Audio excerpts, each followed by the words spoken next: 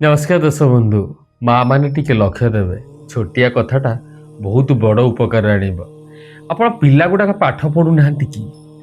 आज प्रत्येक माँ चिंता मो पिला कहीं पाठ पढ़ुनी मन रखुनी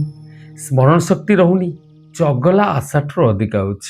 मोबाइल फोबाइल देखुची भारी मात्रा दुष्ट हो माँ मैंने करेंगे काम जे आमर प्रत्येक शुक्रवार दिन नील सरस्वती माँ गोटे दीपटीए तार से स्टडी रूम रे रखीदेवे पढ़ा घरे जदि आम गोटिकिया घरटा जगह ना पिला से बसी पढ़ुचे तेल घर ऐशान्य कोणे हो कि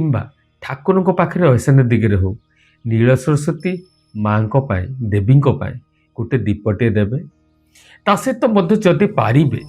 पुरोहित को कहे जे नील सरस्वती जंत्रटी तैयारी करके आनी पिलाटी को धारण करेंगे और पिलाटी मध्य धीरे धीरे परिवर्तन हम तथापि पिलाटीर जो पढ़ा घरटी अधिकांश समय आप देखिए से सबुज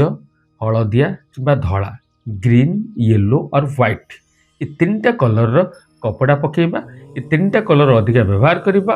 वो तार से जगटा को अधिका लाइटिंग करेबे अधिका लाइट हम ताल भीतर परिवर्तन आसब ये जो तीन टा कलर कहली ये अनेकांश मन उपर प्रभाव पकई था माँ मैंने लक्ष्य देवे करेंगे निश्चय आप भितर पिलांर उन्नति हम पिला भितर दुष्टामी कम।